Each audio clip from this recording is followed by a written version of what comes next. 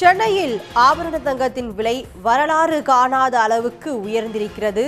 சவரனுக்கு 9,520 ரூபாய்க்கு தங்கம் விலை உயர்ந்திருக்கிறது. இது பற்றி விரிவான தகவலை தர காத்திருக்கிறார் பொருளாதார நிபுணர் சோமு வள்ளியப்பன் அவர்கள். அவரிடம் பேசலாம். வணக்கம் சார். இன்று ஆபரண தங்கத்தின் விலை வரலாறு காணாத அளவுக்கு உயர்ந்திருக்கிறது. கடந்த சில மாதங்களாகவே தங்கம் மற்றும் வெள்ளியின் விலை ஏறுமுகத்திலே இருக்கு. இதற்கு என்ன முக்கியமான காரணம் சார்? ஏற்கனவே தெரிந்த காரணங்கள், அதனுடைய அழுத்தம் அதிகமா இருக்கு. இப்போ பொதுவா இந்தியாவும் ஐரோப்பாவும் ஒரு டீல் சைன் பண்ணியிருக்காங்க. இங்கிலாந்தினுடைய பிரீமியர் சீனாவுக்கு போயிருக்கிறாரு. உலகத்துல இருக்கிற மொத்த அரசியல் உறவுகளே பெரிய மாற்றங்களுக்கு உள்ளாகுது. மிக குறுகிய காலத்துல எல்லாம் தேங்க்ஸ் டு ட்ரம்ப் 2.0 அவர் வந்த பிறகு செய்து கொண்டிருக்கிற மாற்றங்கள் உலகத்தினுடைய நிலைமையை மொத்தமாவே தலைகீழா மாற்றி கொண்டிருக்கிறது.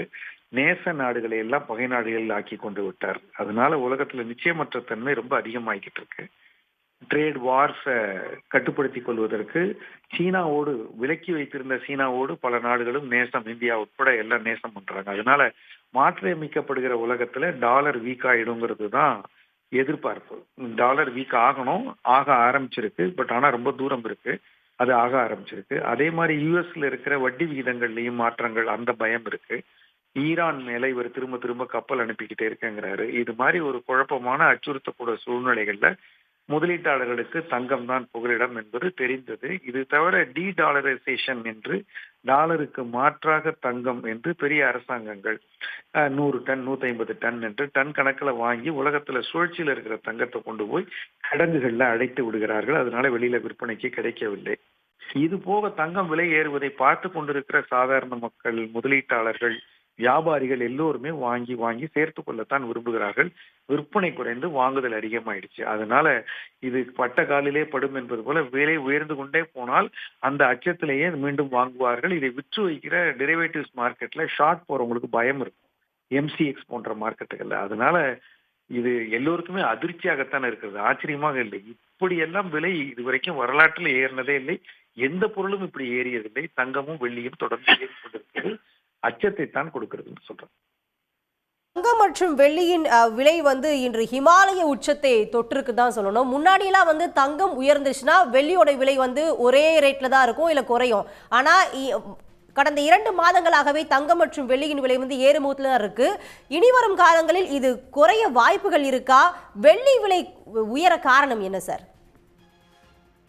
நீங்க கேட்டது போல தங்கத்திற்காவது அரசாங்கங்கள் வாங்குறாங்க, அது ஒரு ஃபாரின் ரிசர்வா வைத்துக் கொள்ளுகிறார்கள் என்பதெல்லாம் சரி. ஆனால் இந்த வெள்ளி என்பது தங்கம் ஏற ஆரம்பித்து கோவிடுக்கு பிறகு தங்கம் ஏறிச்சு. அதற்கு பிறகு வெகு காலத்துக்கு பல மாதங்களுக்கு வெள்ளி ஏறவில்லை. ஆனால் இப்போ அதிகமா பேட்டரி கார், அது தவிர கிரீன் எனர்ஜி என்று சொல்லுகிற சோலார் பேனல்ஸ், இவற்றில் எல்லாம் வெள்ளி மிக அதிக அளவில் தேவைப்படுகிறது. இப்ப சமீபத்துல கண்டுபிடித்திருக்கிற மிக நீண்ட தூரத்திற்கு போகக்கூடிய பேட்டரிகளில் வெள்ளியின் பயன்பாடு ரொம்ப அதிகமா இருக்கும். ஒரு 7 நிமிடங்கள் சார்ஜ் பண்ணாலே 900 கிலோமீட்டர்ஸ் போற அளவுக்கெல்லாம் பேட்டரிகளை தயாரித்து விட முடியும்.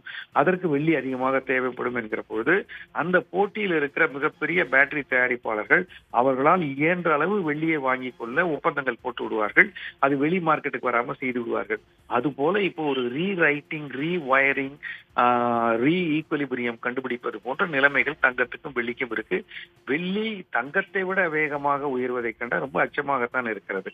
1 லட்சம் ரூபாய்க்கு பார்த்தது 4 லட்சம் ரூபாய் சில மாதங்களில் என்பதெல்லாம் என்ன நடக்கிறது என்று உண்மையில் புரியவில்லை. மார்கன் ஸ்டான்லி என்ற ஒரு பெரிய நிறுவனம் அவர்கள் கையில் வெள்ளி இல்லாமலே வெள்ளியை விற்று கொண்டிருந்தார்கள் டெரிவேட்டிவ்ஸ் மார்க்கெட்ல.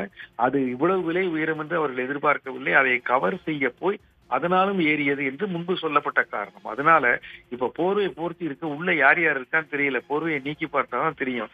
உள்ள பல பெரும் முதலாளிகள் வாங்குவதும் விற்பதும் ஸ்பெகுலேட் செய்வதுமாக இருப்பார்கள். ஆக இது மிக ஒரு குழப்பமான காலகட்டமாக இருக்கிறது. உடனுக்குடன் செய்திகளை தெரிந்து கொள்ள சன் நியூஸ் பெல் ஐகானை கிளிக் பண்ணுங்க.